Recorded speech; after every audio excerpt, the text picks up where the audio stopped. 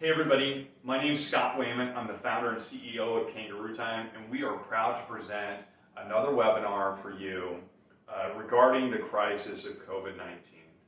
So for many of you that don't know, as a company, we decided a few months ago that our goal and our currency was about advocacy for early educators and the leaders in the early education world.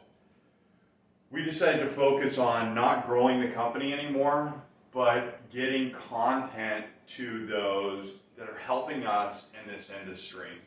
So more than anything, helping you to address growing your business, caring for your employees, and serving the many families that we're all so fortunate to serve. In this time though, we humbly ask each of you, as you try to ready yourself for recovery and the new normal, to look at our products. We essentially help child care centers and early education entrepreneurs consolidate 3, 4, or 5 systems that they currently have running in their centers into one single source of truth. So a child care management system, so a replacement for the system that you're using for billing, so a staff management platform, so scheduling, payroll, we help with all that. A parent engagement platform, so that hardwired experience that your parents get, the ability to fill out enrollment forms, make their payments, communicate with your teachers, and then classroom automation, so the tools that your teachers use in the classroom, and all under one single source of truth. And as we all ready for the new normal, we all have to do the hard work and make tough decisions. We hope that we can be of assistance to you, not just with the content that you're about to see, but maybe the tools that you use in your day-to-day. So please enjoy the content, and please join our Facebook group. It's called KT Childcare Connect. It's a place where we can all come together, discuss the progress that each of us are making, what we're doing to address the new normal, and anything we can do to help enhance what we're doing for our families and optimize our businesses. Again, thank you for being here. We're so humbled to have you. Enjoy the content. Thank you. Can you see my screen? Yep. Hey, everybody. Hey, oh, wow. We've got another record registrant count. Where's everybody coming in from?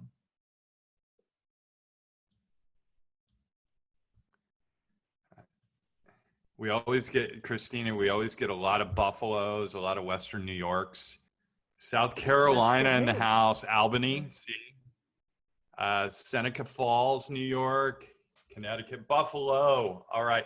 By the way, what's the weather in Buffalo today? I didn't ask when we were doing pre. It's sunny. It's cold. Good. Good. I heard it was going to snow this week.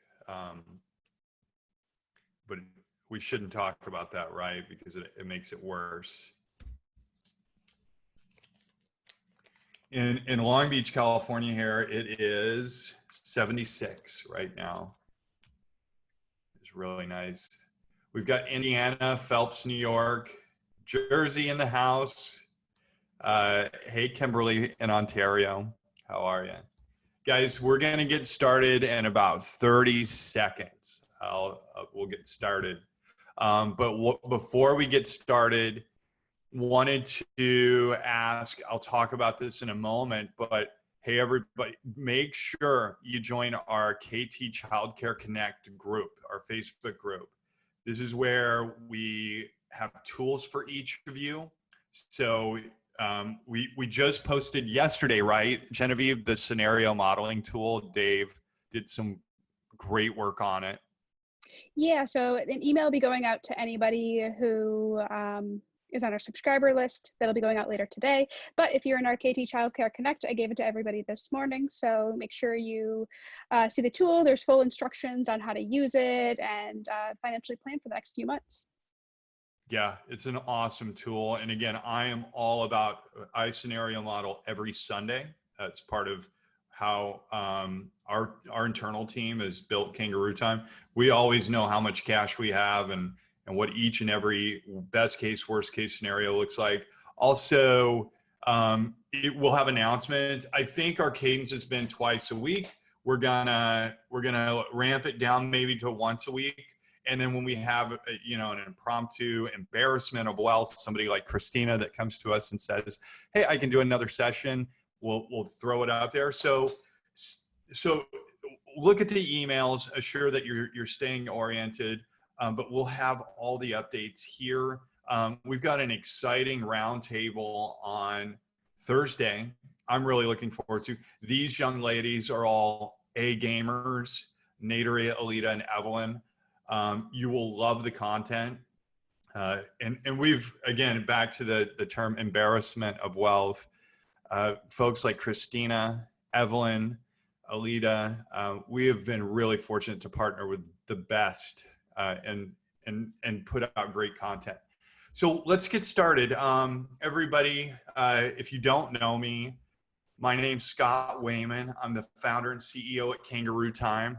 I thank you all so much for joining us.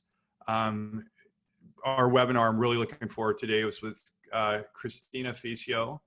And Christina, I know I see you smirking. You'll have to correct. How do I pronounce the last name? No, you got it right. I was so happy. I was proud of you. Oh my God. Okay. Yeah. I've done this in person and gotten daggers from Christina where she's like, how do you mispronounce it so formidably? Like how do you, so, okay. I'm glad I nailed it. We'll get started in a bit. So first of all, about Kangaroo Time. Many of you are like, what is that? We know that some of you guys, as much as this thing has grown webinar over webinar, many of you are new. So I'll acquaint you with our company just real quick. We're a software company for childcare centers, and we optimize the business of childcare. So in my opinion, we have the most robust billing software out there. We have one of the best child care management softwares ever created. We have a parent engagement platform, so parents love our parent app. One of the things that we have free for you, if you do not have these tools, we have a scheduling platform. So if you guys, when you're planning to come back, let us know. We'll give you our scheduling platform, and with that comes our messaging and communication platform. So it looks and feels a lot like Slack. It's super modern. You can use Giphies. You can communicate, create channels with families, with certain classrooms, with staff. But let us know. We'd love to give it to you. And if that relationship evolves and grows, that's great. But a few weeks ago, we set out to do this. We're a startup that's growing, doubling quarter over quarter in size.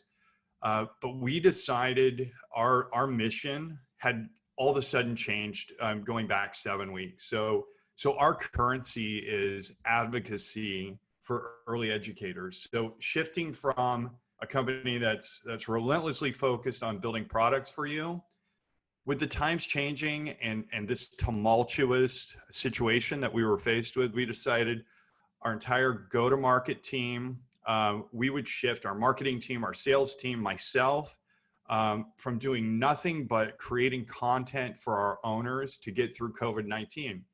And for me as an entrepreneur, there was a lot of fear there. There was this concept of, is my business going to be there in 6 months? And if it is, I need to tightly align myself with the best entrepreneurs in our domain. So we're here for you. We want to put out the best and brightest for you and give you content that helps you through this. So please join KT Childcare Connect, our Facebook group. And for many of you, we get a lot of questions on, signing up for the webinar and then something coming up. Guys, we have 91 subscribers on our YouTube channel, and we're getting nearly 20,000 hours a week in views. So guys, just subscribe to our YouTube channel. That way you will be alerted anytime we put up a new webinar. And typically we put up a new webinar the day after we do this. So we'll send you out an email. That brings up a very important concept here. We are giving certificates for today's webinar. You will get them. If you signed up for the webinar and we have your email, you will get the certificate. So be patient with us. You'll see them by the end of the day tomorrow. On this webinar, if you have questions, put them in the Q&A, click the Q&A button in Zoom and put them there. We'll either answer them during the webinar as Christina's putting out, as she's putting out content, or at the end, Christina will take a little bit of time and answer questions. All right, your microphones and cameras are off. Again, this is being recorded. Christina is a dear friend of mine. We got to know each other back in January of 2018 when Kangaroo Time moved their headquarters from Long Beach, California to Buffalo as part of a contest we had won. And Christina was part of the early education community there that we quickly acquainted ourselves with and latched onto. She's been in our office, every single quarter since we've been there. Your visits are always fun and enlightening. I consider Christina one of my mentors in the industry. She's taught me so much. So she comes to us, she has 20 years of experience in organizational leadership, program development, and communications and engagement strategy. As an education consultant, Christina provides customized professional development solutions ranging from keynote speeches and training workshops to year-long coaching and mentoring programs. She has a knack for facilitating the aha moments, and I've seen this. I've even had a couple in her sessions. She lets me participate as long as I'm not too much, in quotes. Christina is an advocate for children and the right to high quality learning experiences. She serves as the public policy and advocacy chairperson for the Western New York Chapter of Association for the Education of Young Children and co-chairs the Western New York Behavior Collaboration. Today's discussion, Christina will focus on 3 strategies to help leaders manage during current crisis and through this recovery period. Christina, thank you. I'm going to disappear here for about 45 minutes, let you take over. Thanks so much. We're excited to have you. All right. Thanks for inviting me. After that introduction, I feel like, I don't know, I feel like I sound a whole lot more put together than I actually am. So the thing I should get in front of right now is that it's been 10 weeks since my last hair appointment. Okay. So every woman on the call knows my struggle right now. Okay. When Genevieve told me how many people were likely to participate in this call, I had this momentary panic, and it wasn't about the content. It wasn't about the prep. It was about my hair. So I apologize in advance for that. The good thing is I'm popping my notes on top of my laptop in the corner here, which means I won't be looking at the 10-week struggle. And hopefully you'll just be taking a look at my screen. So I want to thank you for being here with me today. I know that this is a really busy time. I also know that this is a time that self-care is really, really essential. When I went back and I viewed the webinars that Kangaroo Time has offered to our community so far, I felt that self-care was a recurring theme, even if it wasn't the topic of the discussion, even if it wasn't said in a way like, you do not have to set yourself on fire, it was still a recurring theme.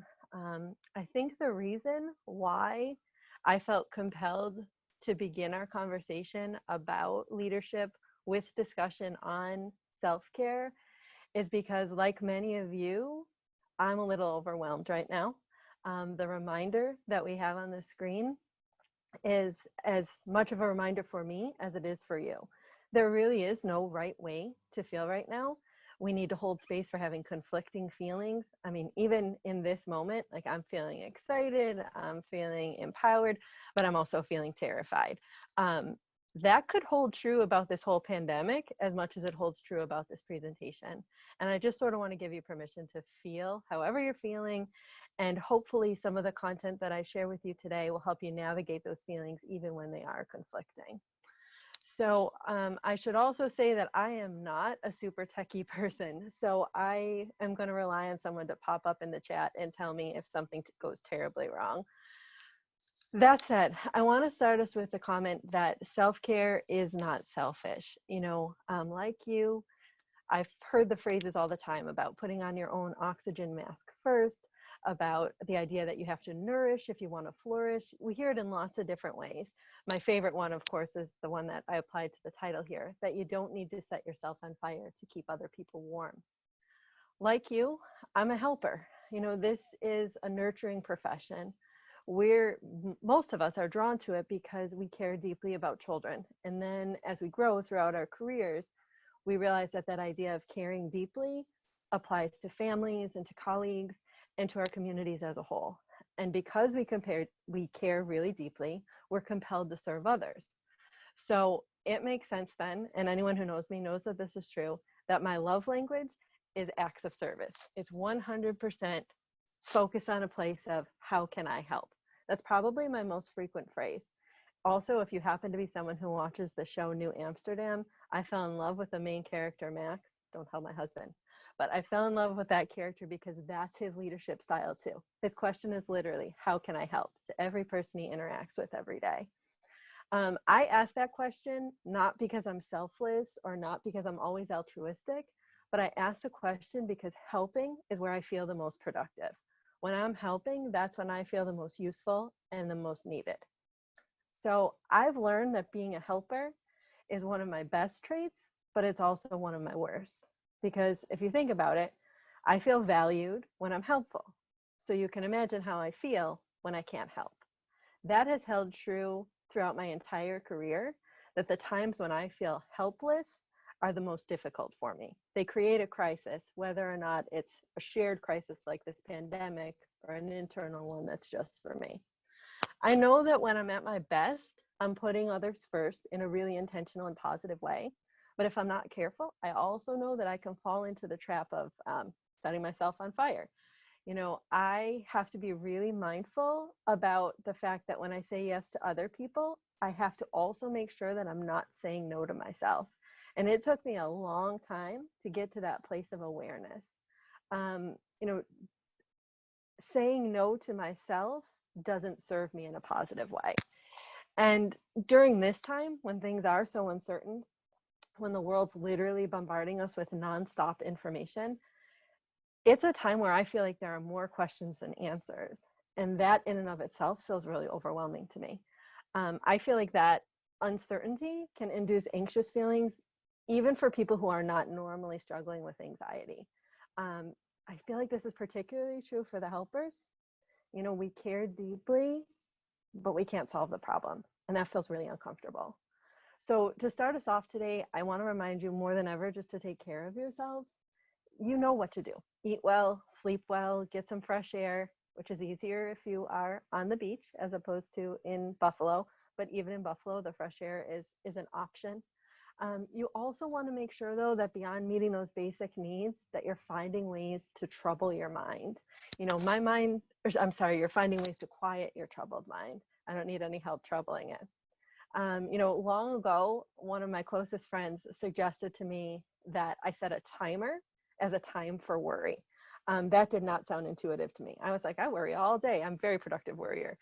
And that was sort of her point. She said, you know, if you can set aside a time where you can actually just focus on worrying, give yourself permission to worry during that time, then you don't have to let those worries consume you for the rest of the day. So that is advice that I've taken every day for years, and I'm being really mindful of taking it now. So even if there's nothing else that you take away from our time together this afternoon, scheduling that time to worry can be really, really helpful. I'm also being really mindful of my media consumption. There is so much information out there. I have to be sure that what I'm taking in serves me well And what I mean by that is that, you know, whether it's news media or social media, I know that I need to choose media that keeps me informed, that, you know, provides me with the facts and the knowledge and the science that I need. But I also need information that helps me to stay positive. So that means for me, I avoid the comment section of any news article. I lose faith in humanity and in optimism and positivity sometimes if I get wrapped up in those comments. So instead, I choose to focus on what fuels me. And that idea of focusing on what refuels us, that's really my favorite definition of self-care. So self-care, as noted on the top of the screen here, is something that refuels us rather than depletes us. My friend Kim Stewart, who hosted a webinar for Kangaroo Time last week, she often says that it's important to remember that self-care is more than just bubble baths. And you know, that's really true. It's not all about the spa day. It's about just whatever refuels you. And that's going to be different from person to person. But when you focus on what refuels you rather than what depletes you, then you really are practicing self-care. When you build your leadership capacity, I feel like that's a really excellent example of self-care in its truest form. So I'm hoping that that's what today's content will do for you. It will help build your leadership capacity in a way that you recognize as self-care. So normally when I'm in person working on any topic about leadership, no matter where we're going to go with the content and which direction we're ultimately going to head in, I always start conversations about leadership by asking the people that I'm with to help me to share their definition of leadership. Normally that's on a whiteboard, like pictured here. Normally it's very interactive. And I will say that's the most difficult part about this for me, is that I can't see your faces and read the room and get you involved in the conversation. So for this particular topic, I wanted to just share an example of how it often plays out. When we have that conversation about what leadership is, and I ask the question and I ask people to define the traits of a good leader, an authentic leader, the type of leader that they want to be, the answers are varied, but the list often ends up looking a lot like what you see on your screen. You see things that are related to specific tasks like time management, or specific skills like being articulate or being goal-oriented. But then you also see those sort of softer skills, those authentic examples of who people are at their core, things like demonstrating grace and resilience and just being a decent human. I think it's important when we're talking about leadership to realize that we're talking about literally everything that's on the board here.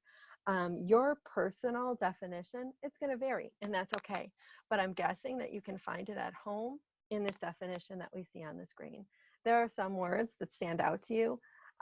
They may be different than the ones that I've highlighted. Those were from a specific workshop where we then moved forward with working on the topics of grace and resilience and humanity. But today that might not be where your mind goes, and that's okay. There's no right way to feel about this. I just want to set the tone in terms of why we're focusing on building leadership capacity and what it means when we're talking about leadership. So the 3 specific strategies that I want to talk with you about today are strategies for leadership now, but they're also strategies for leadership later. I'm going to give you some specific examples of how you can apply these strategies and these habits to crisis management. But what I've learned over time is that good leadership is good leadership. It's consistent practices that you demonstrate over time and throughout your career. You know, you start to know better and you start to do better. So my hope is that if you find room for improvement with some of these practices, that you carry them through past the recovery period, you know, past this initial crisis, through the recovery period, and into your general leadership practices moving forward as well. There are so many strategies that I could have put on this list, but when I had to narrow it down to 3, I felt that these are the 3 that I've had the most meaningful conversations with when I work specifically with early childhood leaders. We end up focusing a lot of our time on authenticity, vulnerability, and on optimism. I feel like these traits have been those that I've admired most in the people I consider to be mentors, and they are the traits that I have found the most success with focusing my attention on. There's this saying that what you focus on grows, and what I found that to be true in lots of different ways. So when I focus on these specific strategies, these specific components of leadership, I know that that makes me feel like my best self, and I'm hoping the same will be true for you. So let's talk first about authenticity. For the purpose of this conversation, authenticity in terms of a definition basically requires two things: self-awareness and relational transparency. That basically means you know yourself and then you're genuine. That relational transparency doesn't necessarily come easy to people. That has a lot to do with vulnerability, which we'll talk about next. But when you think about being your authentic self, it really does boil down to these two main things: that you know yourself and that you are genuine, okay? So I want you to think for a moment about some things that you personally value deeply. Obviously, I'm not going to hear your response, but I hope you'll take a moment to reflect on it. You know, think about specifically the things that you value about yourself and specifically about the nature of your work. And it's important that you're not humble during this exercise. That's harder when we're talking in person. People are not usually eager to jump up and share the best things about themselves. Humility seems to be an important leadership trait too. But now when you're there and no one's hearing your response but you, don't be humble. You know, ask yourself, what do you value most about yourself as a part of your school's community? You know, one way we can think about this is that, you know, if you had a conversation or I had a conversation with the people who know you best and I asked them to share, what would they say are the best qualities that they see in you? What are the best capabilities or qualities that you bring to your work and your role? Okay. So when you think about that, when you reflect on what your answer is, the things that you value deeply and the things that you really are proud of bringing to your role as a school leader, those can help define your core values, whether or not you've ever named them that before, okay? Whether or not you've used that language, that really is what we're talking about here. Being aware of what you bring to the table and your authentic best self, what that looks like. So personally, when I left my job a few years ago to build my consulting practice, the team of directors that I worked really closely with gave me this really beautiful and personal gift. They made me this canvas where every person shared a quote or a phrase that reminded them of me. They called them Christina-isms, which I appreciate. And actually, I wish I had put it in the background because it's awesome and I look at it every day. When I look at that canvas, I'm reminded of my authentic self.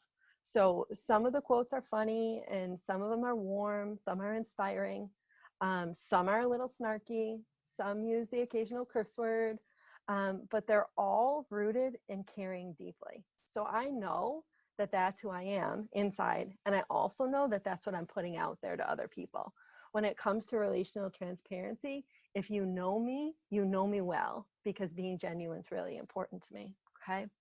So this quote that's on the screen, I've probably shared this in a million different ways. Often I share it in regard to helping teachers focus on social and emotional needs of children rather than academic things, but it's so applicable to leadership too, particularly in a crisis. Every day you're getting these messages that this is important, this is important, this is important, and you need to worry about this, whether it's your scheduled time to worry or not.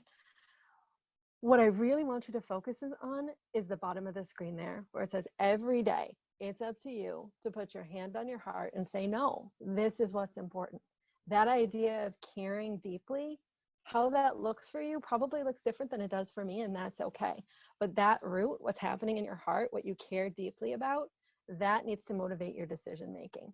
And to me, that's really defining authentic leadership, okay? So if we move forward just a little bit, and we talk about what it means to actually practice authenticity.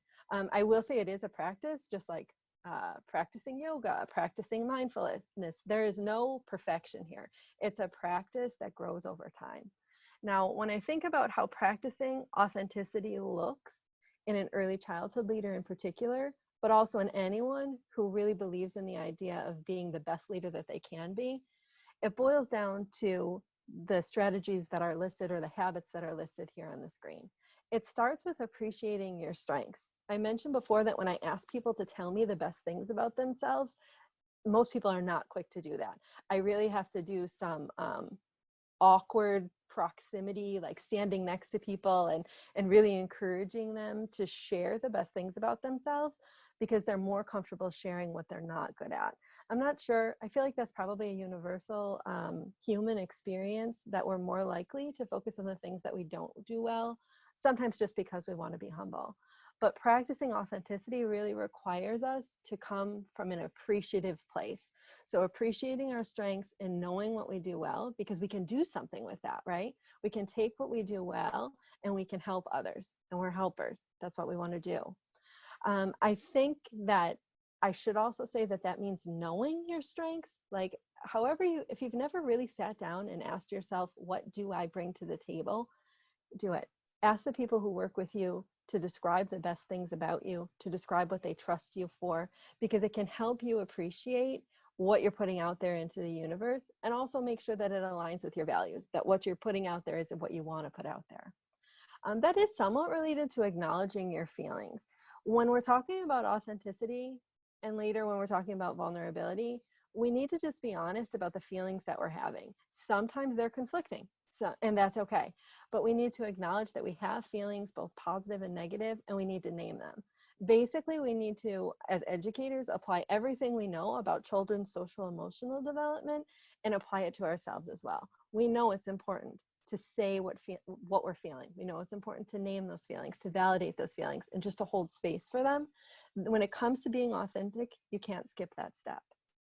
The third bullet point there is to tell the truth. This is really just about acting with integrity. Telling the truth, even when it's hard, or especially when it's hard, is an essential function of leadership. There's no room for untruth when it comes to being an authentic leader. That is not an easy task to deliver on. Telling the truth is often really difficult because often people don't want to hear it, or it's an unpleasant truth. But we have an obligation when it comes to acting with integrity to deliver the truth, especially when it's hard. That's somewhat related to having difficult conversations, okay? As a leader, particularly an authentic leader, you have an obligation to have difficult conversations. I point out here that an email is not a conversation. Conversation means back and forth. Over the time of my career, the ways we communicate have varied greatly. Early in my career, email was just like starting to be the way that we communicate. And it's okay for information sharing, but difficult conversations require a personal connection. And it's really difficult to establish a personal connection simply via the written word. There's time and a place for texts and emails, but when it comes to having difficult conversations, saying the things that people sometimes don't want to hear, I think that we need to be really thoughtful about having those conversations in person. Last but not least, in terms of practicing authenticity, I wanted to remind you that it's really important to make sure that your actions match your words. And you can take this in two ways. Sometimes it means literally, in the sense that you've probably all encountered someone that what they're saying, what the words that are coming out of their mouth are not matching the expression that they have. If you've ever walked up to someone who says that they're really happy to see you, but the look on their face is as if they would rather see anyone else, you know what I mean. Similarly, working in early childhood, I've occasionally worked with teachers who are saying things that children shouldn't hear in a tone that makes it sound sing-songy and positive because they think that that's okay, but there's a mismatch there. There's a disconnect between the actions and the words. So it's important at the literal level that your body language matches the words that you're saying, but it's also important in terms of genuine practice. If you say to people in your mission statement or in a conversation or in a text or in an interview, in any situation, any leadership capacity, if you say to someone that you value XYZ, whether it's communication, integrity, whatever you say is your value, you have to make sure that your actions are backing that up, okay? There are many times where I see someone's website, and this is not early childhood specific, but where I view a company's website and they talk about what their core values are, and that they value integrity, and that their work environment is collaborative, and that it sounds so good. Then when I dig in with people who are there doing the work, the actions aren't matching the words. You want to make sure that whatever your words are, the mission statement you're putting out there, the conversations that you're having with people, that you are taking actions that match your values. So I hope that that makes sense. When we move on to the topic from authenticity to moving on to vulnerability, I think it's important to start from this place. This is a quote from one of my favorite authors. And I own it. This is so true for me. I am, in fact, made entirely of flaws. I am, in fact, stitched together with good intentions. I'm putting out the best I can possibly do, but it's always flawed. It's always imperfect. And when it comes to developing my own leadership capacity, I know that I have to own that. I have the best intentions. I am doing the best that I can, but it's still sometimes going to be imperfect. That's actually true probably most of the time. One of my favorite authors, aside from the one we just referenced, is definitely Brene Brown. If you have not had an opportunity to read her work, her research, or to view her TED Talks, I definitely make that recommendation to you right now. When I heard her say that vulnerability sounds like truth and it feels like courage, I cried. I was in a place in my life where at that point, I needed to hear that. I needed to hear that truth and courage aren't always comfortable, but they're never weaknesses. This really aligned with all of the work that I do with emerging leaders or people who want to work on their leadership capacity. I usually say it like, you need to get comfortable being uncomfortable, right? Actually, when I think back to Holly Alyssa Bruno's presentation that she did for Kangaroo Time a few weeks ago, she included that Eleanor Roosevelt quote about how you gain strength and courage and confidence with every experience when you stop and look fear in the face, all right? And that's what truth and courage is about. It's about being uncomfortable, and it's also about recognizing that that uncomfortableness is not a weakness. That seems to be a really difficult lesson for human beings. It also seems to be a particularly difficult lesson for women. I don't mean to stereotype there, but in my experience, vulnerability is often defined as weakness when you're a woman. That's also true, I think, when you're in that emerging leader phase of your career. If you're new in a position or you're working with a new team where things are feeling uncomfortable, you're feeling more and more vulnerable, and you're worried that that appears as a weakness. If you do listen to Brene Brown's podcast, she talks about the first time that we do things as being this really, really vulnerable place. I won't swear because I can't read the room to see if anybody's okay with that or not, but she calls them FFTs, which stands for F in first times. And she talks about how that is just every time you do something new, every time you are fearful and you are just afraid because you've never been through it before, that vulnerability is actually courageous. So that's really inspiring to me. So I thought that it was relevant to share that with you as well. In terms of actual practices, when it comes to vulnerability, some of the ones that I find directors in early childhood programs find most successful when we work on them are listed on the screen here. It begins with saying, I don't know when you don't know. This is a joke in my house because sometimes I will ask my husband, who is like the most amazing human being I know, but has the exact opposite communication style than I do. Sometimes I'll ask him, hey, do you know what that is? Or, hey, what is that about something I read or saw on TV or even something I saw outside? Do you know anything about this? And he gives me the longest explanations. And then we both end up laughing because I say, so what you mean is that you don't know?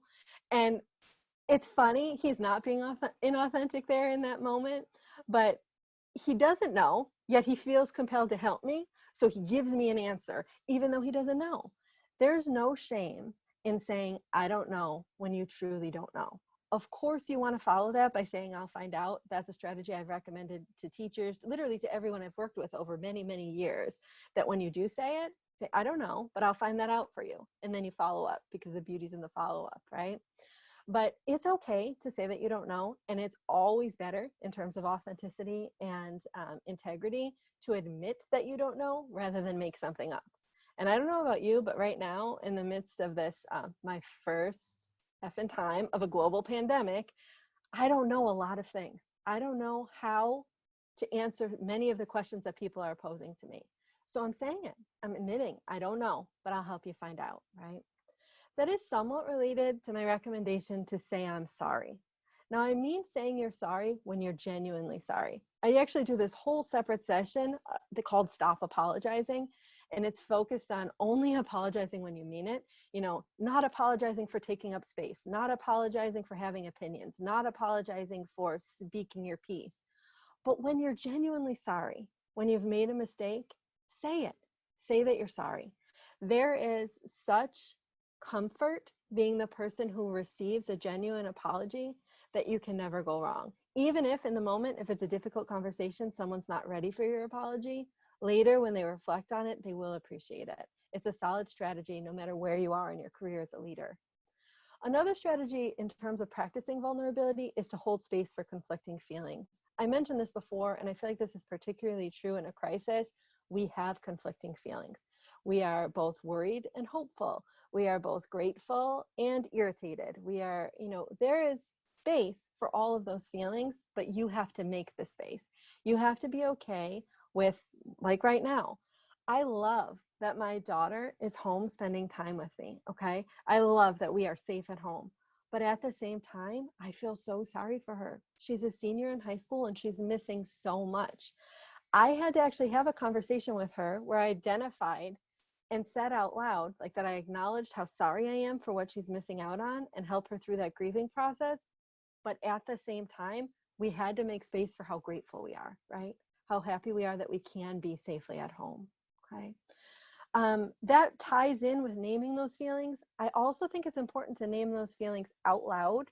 It's not enough to just in your head say, I'm feeling this way. You need to name those feelings out loud to other people. That vulnerability increases when you acknowledge those feelings, especially if they're uncomfortable feelings. But the more people hear you talk about them, the more comfortable they are with accepting your leadership. If you want people to pick up what you're putting down, you need to talk about how you're feeling about things, whether you're saying you don't know, whether you're saying you're sorry, or whether you're saying, wow, this really makes me uncomfortable, or I'm afraid, I'm worried about this, I noticed this and I'm not sure how to process it. Say those things out loud. I also think it's important to ask for help. This one was a hard lesson for me, particularly when I was new in my career as a director. I felt like if I asked for help, that anyone I was asking or who might have learned that I asked for help was going to assume that I was inept, right? In that instance, asking for help felt like weakness to me. That is a hard lesson to learn, but it's an important one. When you ask for help, the beautiful thing is that you're providing someone else with the opportunity to be a helper. And I think we can all relate to how good it feels to be a helper. But asking for help also says, I am okay with expressing my vulnerability to you. I trust that you know me well enough to know that my skill set is not limited by the fact that I don't know this particular thing that I'm asking you for. Last but certainly not least, I think it's so important to express gratitude. As we close the presentation later, I have some more thoughts on gratitude, but gratitude is really related to authenticity as much as it is related to vulnerability. Say thank you, okay? Say thank you for the person who helps you. Say thank you to the person who asks you a question, even when you don't know the answer to that question, right? But saying thank you is an opportunity for you to say, you know what? I am grateful for this experience. Even right now, when I'm sitting here with like 600 people on a webinar and I have literally no idea whether or not you're connecting to what I'm saying, I am so grateful for the experience. I'm vulnerable because I'm afraid and there's lots of unknown things, but I'm so grateful for the experience because I'll learn from it. It's important to me to say those things out loud, and I'd encourage you to do the same. Okay. So this next graphic here brings us to our third strategy for building leadership capacity, and that is embracing optimism. This graphic is actually from an early childhood webinar that focuses on the importance of optimism in early childhood leaders in particular, because it talks about how having a positive outlook in life really begins in early childhood. So I loved this graphic in particular because it moves so far past that typical image that we see associated with optimism. So typically when we talk about optimism, we talk about the glass being half full or the glass being half empty, right? When we use that analogy, I do say that my particular preference is to say that the glass is refillable. So when I talk about optimism, that's the lens I'm looking through, is that not that the glass is always full, but that it's refillable, right?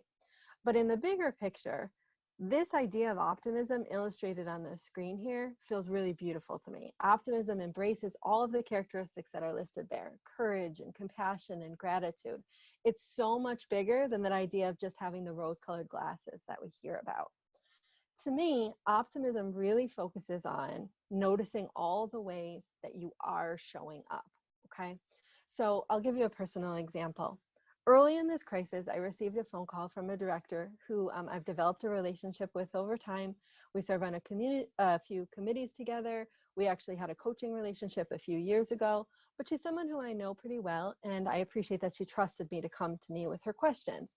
So it was really early in this crisis, just when things were starting to close and there were a million questions. She had so many questions and I had zero answers. I mean, I knew nothing at this point. The situation was just beginning to emerge and I had the same questions that she did. So I made a really deliberate choice in that moment to focus on the ways that she can show up, right? So I focused on what I do know and I asked her to do the same thing. So what that means is that we talked about her strengths as a leader, what she knows and what she is as a person outside of the crisis. So she is a good listener. She remains calm and level-headed. She helps her staff feel valued and understood, right? Those are traits that are always uniquely hers. Those are things that she can bring to the crisis because they're part of who she is as an authentic leader. Those are the ways that she shows up. We also talked about her operational capacity. You know, she had knowledge and she had systems in place for things that were urgent in this crisis, like cleaning and sanitizing and daily health checks. Those were practices she already had in place. These are the ways she was already showing up. So it made sense in this context for us to focus on how can you take what you already know about yourself and bring it over to this place where it becomes a crisis management strategy too. So when we shifted that focus in our conversation from, you know, we shifted it to what she does know and what she can control. And then we made a really deliberate shift from this sort of adrenaline fueled panic reaction to stable, optimistic leadership. I felt like that was a really beautiful way of how optimism looks, or a very beautiful example of how optimism looks in practice, particularly when you're in a leadership position. It's focusing on the ways that you're already showing up, okay? When we talk about additional specific ways that we can practice optimism beyond noticing the ways that you're showing up, a few of the points are listed here. Celebrating strengths, which really is that example of noticing how people are showing up, focusing on solutions, recording your progress, because all progress, even if it's tiny, is progress, and expressing gratitude. These 4 points are really, really interrelated, okay? When I was pulling the points together, I was reminded of, again, that gift of the Christina-isms that my team gave to me a few years ago.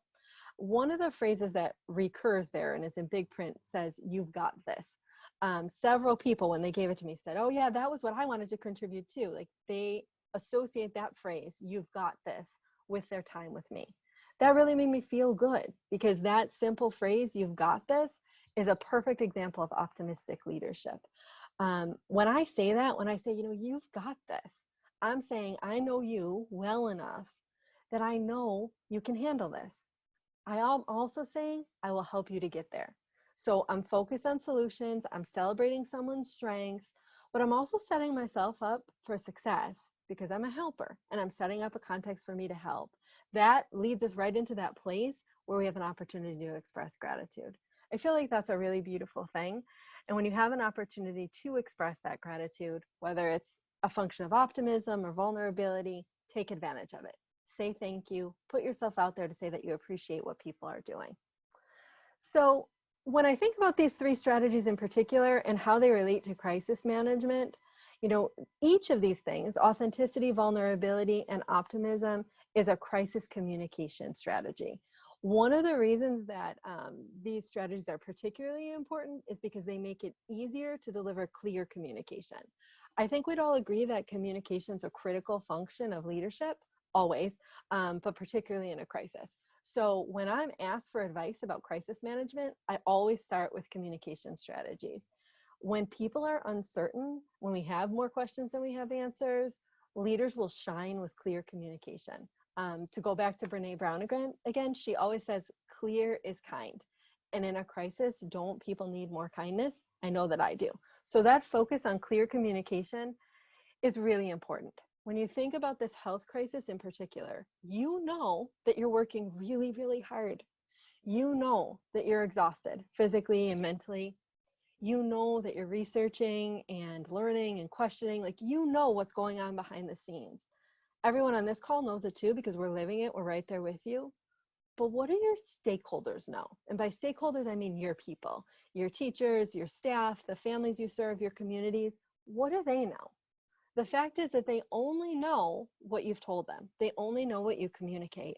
And in the absence of clear, consistent communication, people start to craft their own narratives. Without communication, that's where distrust grows, and the relationships that you value will begin to erode if you don't communicate and communicate clearly. People need to consistently hear from you so that they don't feel like you're absent. They need to feel your presence, even though we're distant, even though we're separated. They need to feel together. And intentional, clear communication is the way that you stay connected. For the sake of a practical example, here in Erie County, everyone knows that Mark Poloncarz, our county executive, will post on Facebook every day, and he'll go live a few times a week with the health commissioner. Everyone in New York knows that the governor will hold a press conference every single day.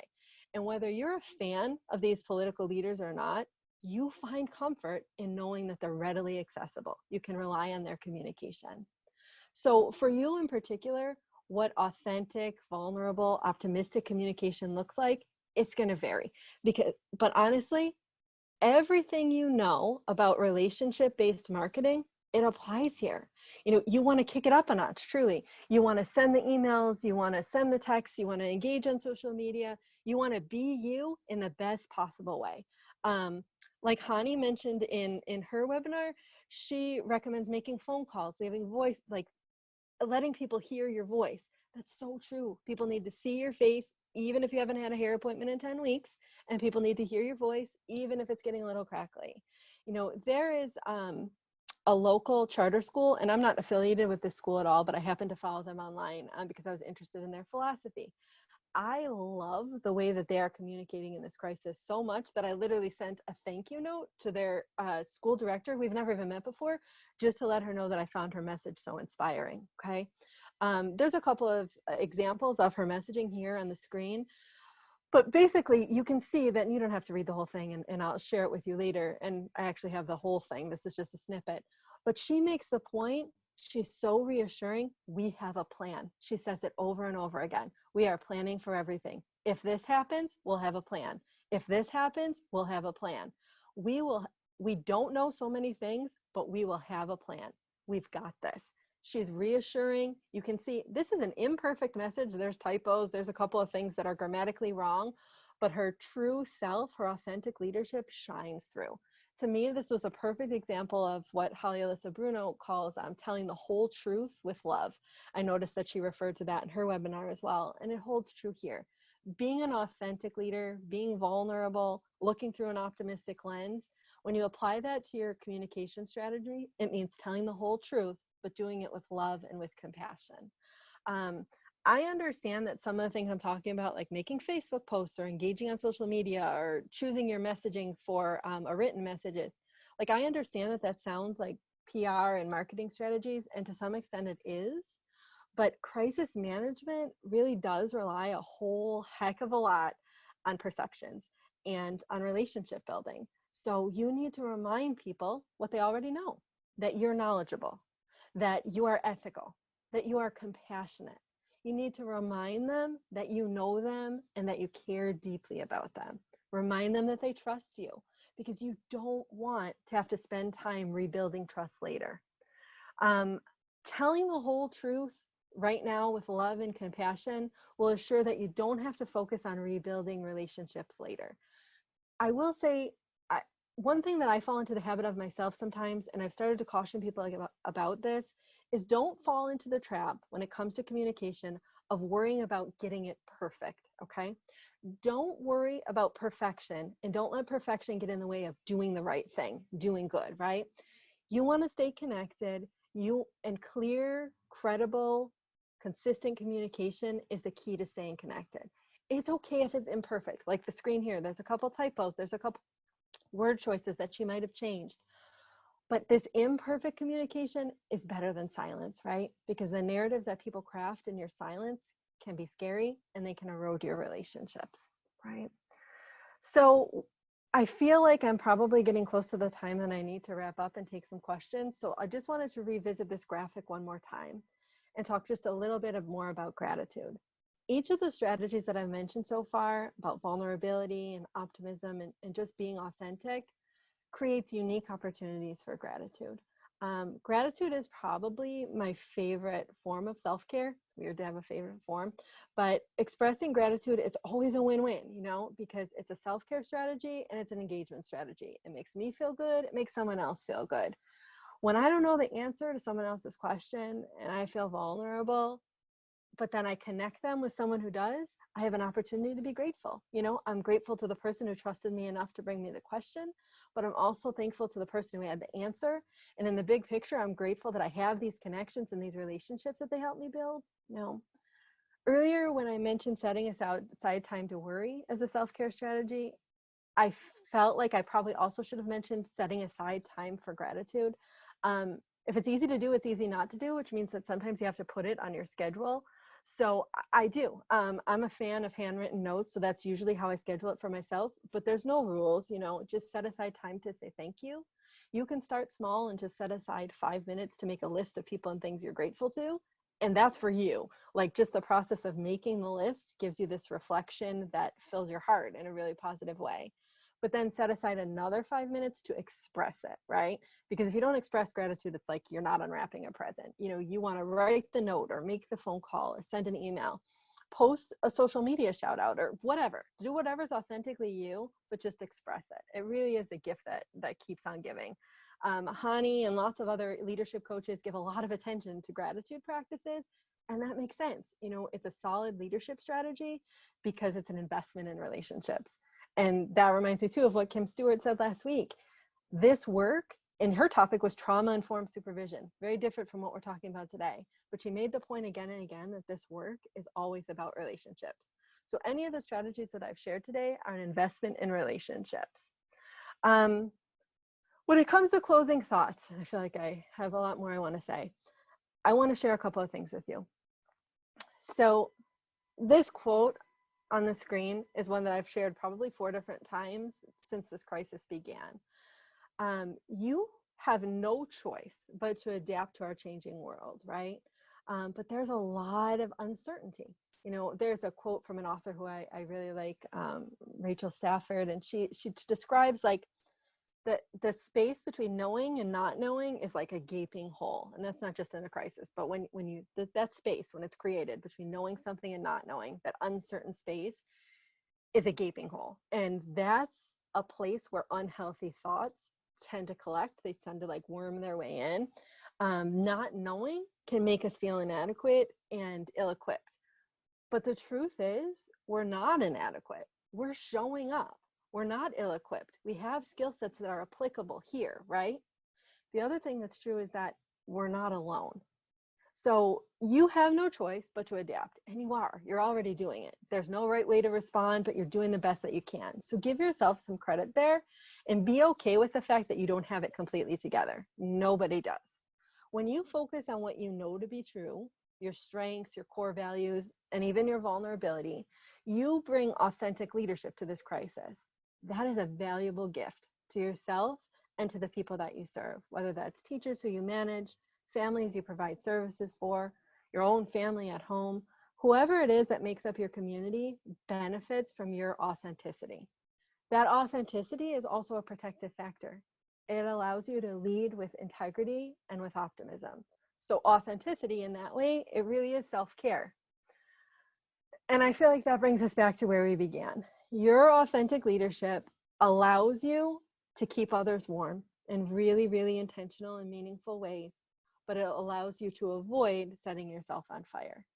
So I hope that some of these strategies were useful to you. I hope that some of the insight that I shared is applicable for you.